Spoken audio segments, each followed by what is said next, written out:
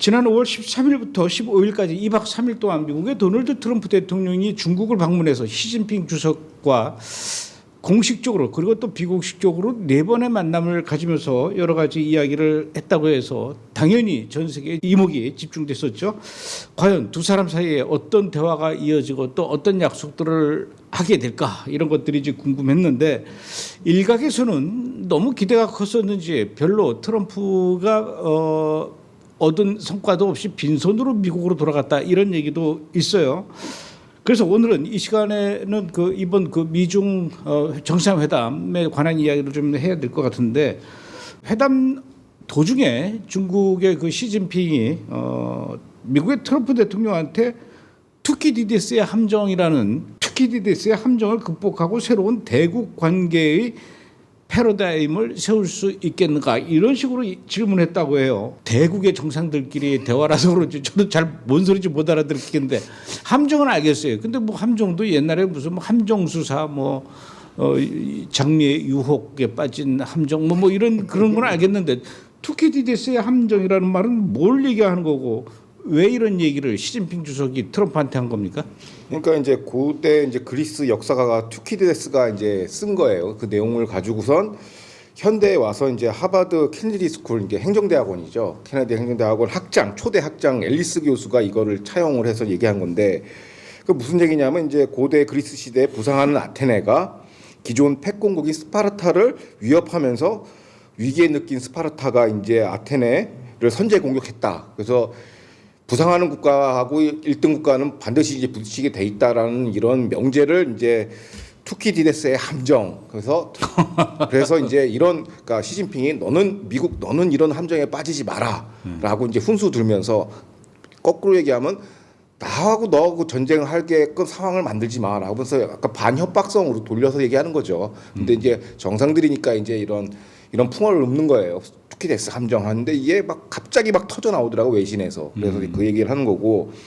그러니까 앨리슨 그 총장의 분석은 이렇습니다. 요걸 딱 떼가지고 이제 과거 이제 분쟁 사례를 분석해 보니 총 16번의 패권 경쟁 중 12번이 전쟁으로 귀결됐다. 그래서 이제 이게 파이낸셜 타임 영국 관련 매체에서 이게 계속 나와요. 이 함정을 어떻게 회피할 수 있는가, 공동 번영 갈 수 있는가, 이런 이제 문제의식을 이제 고담 중론을 얘기하고 있는데 여기서 이제 부상하는 국가가 이제 아테네는 중국이고 기존 패권 국가 혹은 쇠락하는 패권국이 미국이다라는 전제하에서 이렇게 논리 전개를 하는 것이죠.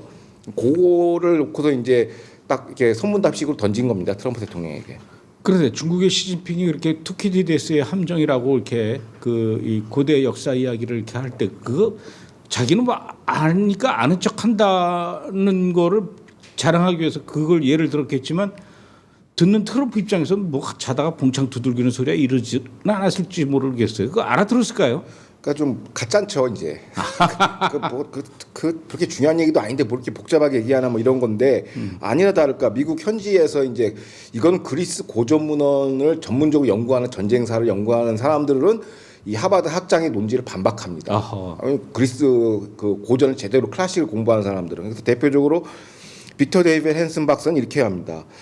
그게 이제 부상하는 국가와 이 구도는 성립이 안 된다. 왜? 이미 아테네는 그 정점에 있는 국가였다. 부상하는 국가가 아니라 431년에 그 펠로폰네스 전쟁 당시에는 아테네하고 둘 다 국력이 비슷했다라는 거예요. 부상하는 국가가 아니라.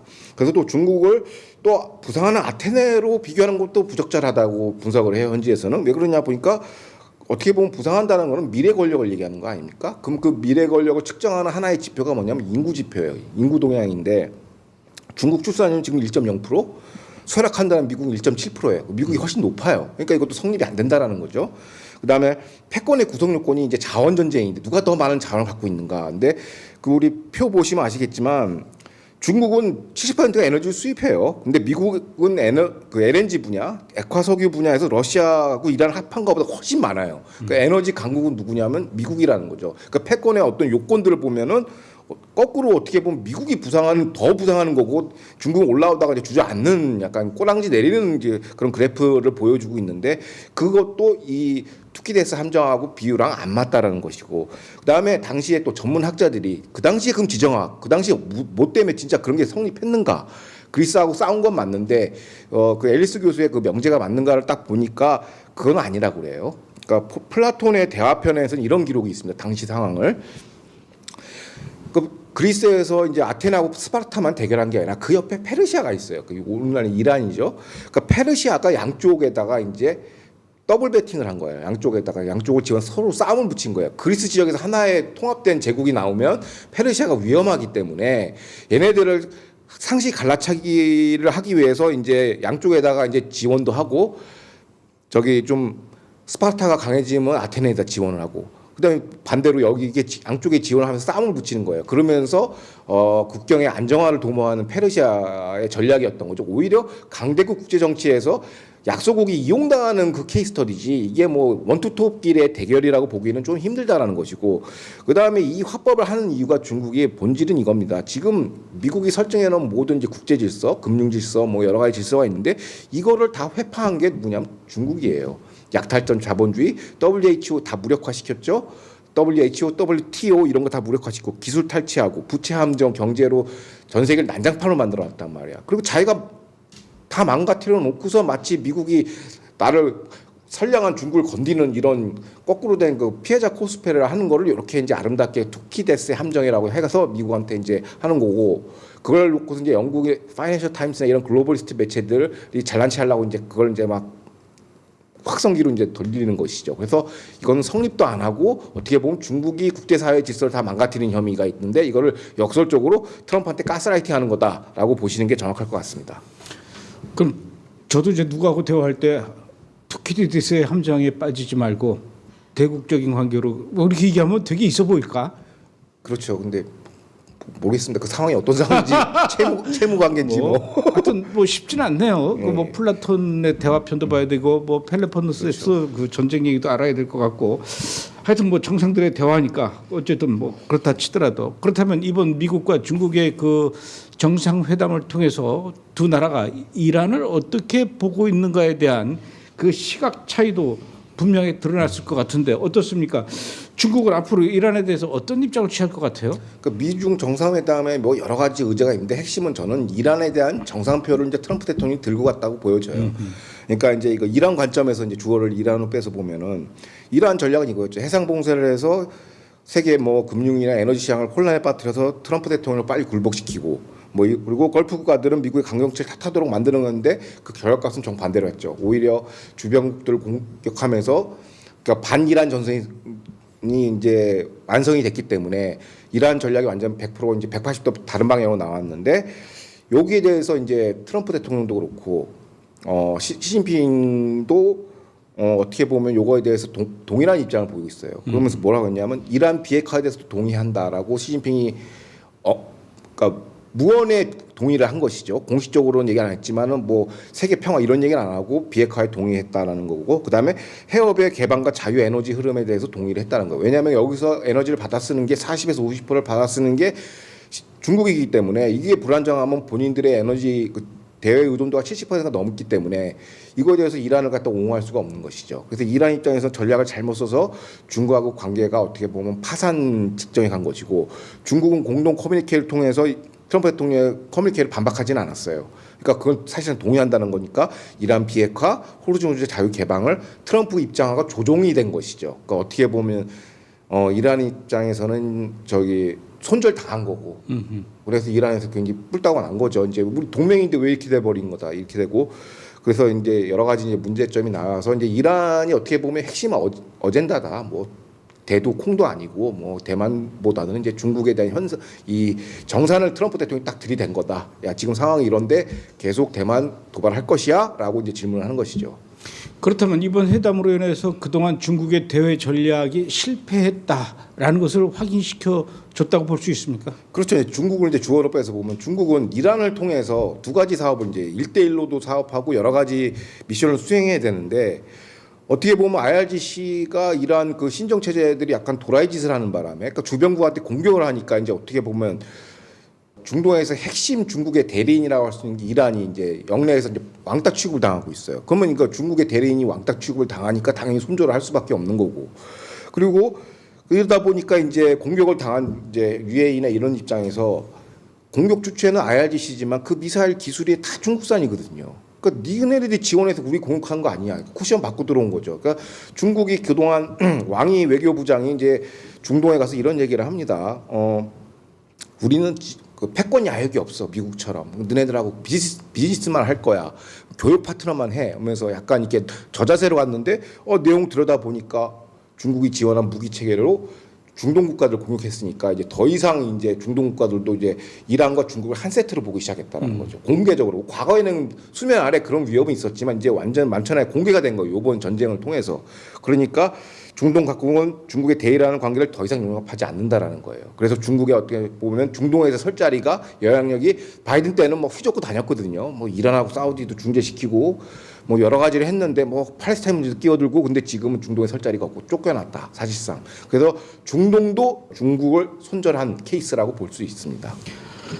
이번 회담에서 가장 이제 눈에 띄는 부분이 시진핑이 트럼프에게 뭐라고 얘기했냐면 대만에다가 더 이상 무기를 팔지 말아라라고 이제 요청을 했어요. 그랬더니 트럼프 대통령이 대답하기를 무슨 소리냐? 그동안 미국은 대만에다가 오랫동안 수십 년 동안 계속 무기를 팔아왔는데 이제 와서 팔지 말라니 뭔 얘기냐? 우리는 계속 팔겠다. 팔든지 말든지 그건 우리 소관이다. 라고 대답할 줄 알았는데 대답이 정반대였어요. 알았다. 일단 생각해 보겠다. 이렇게 대답을 했단 말이에요. 이걸 두고 이번 회담에서 트럼프가 시진핑한테 너무 저자세로 간 게 아니냐. 그러면서 미국은 이제 대만을 포기한 게 아니냐. 뭐 이런 소리가 나오거든요. 어떻습니까? 조윤영 기자는. 그러니까 이게 뭐 뒤에서 더 설명해드리겠지만은 일단 트럼프 대통령의 이제 전략적 모호성이에요. 그러니까 중국이 제일 어떻게 보면 그 아킬레스건이라고 하는 게 대만 문제, 이른바 양안 관계인데 얘기하기 시작하면 이제 복잡한데 트럼프 대통령이 이겁니다. 이제 추가 무기 공급할 게 있었나 봐요, 대만에. 그거에 대해서 내가 고민을 해보겠다는 거거든요. 그러면은 요 맥락이라는 게 중요해요. 그러니까 이거를 중국한테 압박용 카드로 쓰겠다라는 거야. 중국이 너네들이 어떻게 하냐에 따라서 내가 이거 무기를 공급하고 안 하고 약간 오픈핸드로 여지를 주는 것이죠. 중국한테 생각할 틈을 주는 것이지 이게 우리나라 언론이나 뭐 해외 언론에서 얘기했듯이 트럼프가 굴복했다. 뭐 이거는 아니라는 거예요. 하나의 또 카드로서 딱 던져놓고 잘 생각해봐. 계속 너의 그 중화 패권주의를 계속 할지 안 할지를. 대만은 내 손 안에 있어야다를 이제 은유적으로 얘기했는데 이걸 앞뒤 맥락 자르고 대만 포기했어요. 이렇게 된 거는 이제 언론의 이게 설레발이라고 볼 수 있고요. 그 다음에 그걸 어떻게 하냐면 실질적인 이제 그 트럼프 대통령, 그러니까 바이든 행정부랑 각 차이가 나는 게 트럼프 대통령의 반중 전략이 뭐냐라고 했을 때 수면 아래에서는 무시무시하게 이루어지고 있습니다. 중동 걸프 지역에서는 얘기한 것처럼 스타게이트 작업이라고 아랍에미리트랑 미국이랑 이제 합의를 했어요. 1기가와트 규모의 AI 클러스터를 건설하겠다는 거죠. 이걸 왜 하냐? 중국의 화웨이 알리바바를 갖다 쫓아내기 위해서 하는 거예요. 카운터 치는 거예요. 뭐 이런 류의 사업을 쭉 하고 사우디하고도 뭐 그렇고 다 이런 비슷한 맥락의 중동에서 사업을 해요. 미국이 다 이제 접수를 했죠. 그러니까 이번에 쫓겨냈고 그럼 중앙아시아 남카카스나 인도는 어떻게 하냐? 다 중국의 영향력을 다 밀어내고 있어요. 어떤 식으로?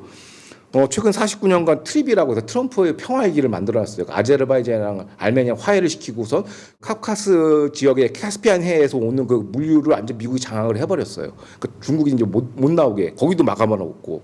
그다음에 동남아시아도 마찬가지입니다. 그 필리핀을 이제 동남아시아를 이제 중국이 위협을 했는데 필리핀에다가 지원을 많이 하고 있습니다. 어떤 걸 했냐면 중국이 지금 세계 시장을 이제 위협하는 게 뭐냐면 히토류, 이 광물, AI 반도체에 필요한 이 공급만 가지고 갑질을 하는 거예요. 우리한테 이거 그 무릎 꿇지 않으면 우리가 공급 안 하겠어 하고 뭐 독점 구조니까. 그래서 최근에 미국이 어떻게 했냐? 필리핀하고 합의를 했어요. 그래서 필리핀 광물 생산을 중국 재련망, 공급망에서 찢어내는 작업을 했습니다. 그래서 그 유명한 그 AI 동맹 체제 팍스 실리카나를 가입을 했어요.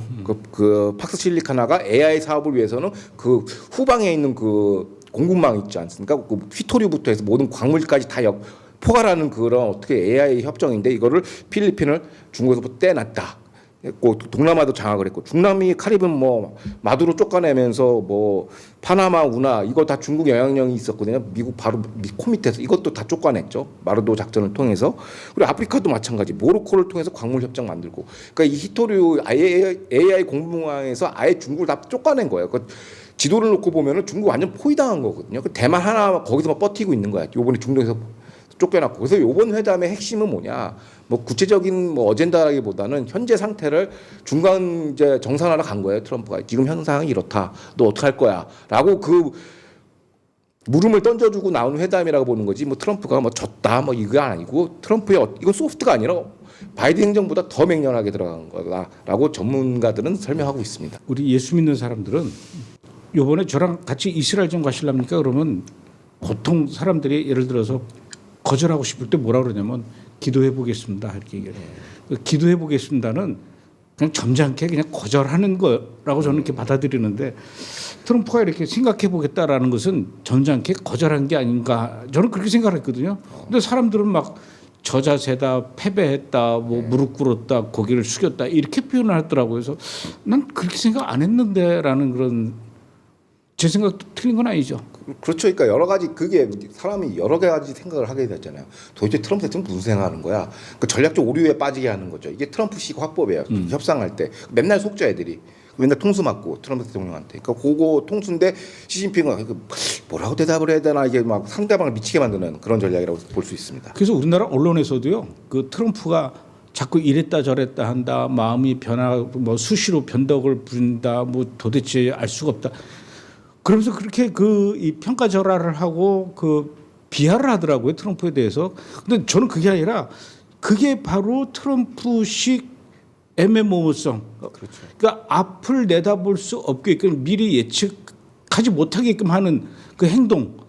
그게 아주 고수의 그 전략인데 그거를 뭐 변덕쟁이다 그러고 그냥 뭐 아침 저녁으로 생각이 바뀐다 그러고 사람들이 그렇게 생각을 좀 잘 못하는 것 같아요.